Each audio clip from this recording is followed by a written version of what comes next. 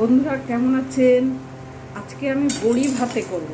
এই বড়িটাকে সর্ষের তেলে ভেজে নিচ্ছি, আর এদিকে লাল লাল করেই ভাজবো। এদিকে একটা এই যে সর্ষে, দু রকম সর্ষে আছে, সাদা কালো, তিল, নারকোল, নুন, কাঁচা লঙ্কার এই গোলমরিচ, এগুলো শিলনোড়াতে বেটে নেবো।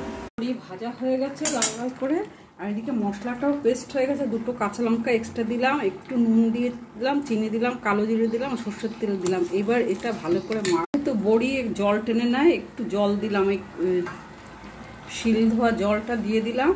আর এই বড়িগুলো, ভাজা বড়িগুলো দেবো, একটু কাঁচা তেল দেবো।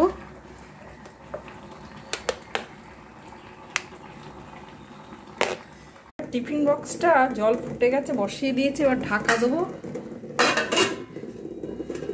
ওতে আমি হাফ চামচ হলুদও দিয়েছিলাম, আর হাফ চামচের মতো কাশ্মীরি লঙ্কার গুঁড়ো দিয়েছিলাম, ওই জন্য রঙটা ওটা দেখানো। জলটাকে ফুটিয়ে নিয়ে তারপর এরকম হিটেই আমি 15 মিনিট হয়েছে, আরও 5 মিনিট রাখবো।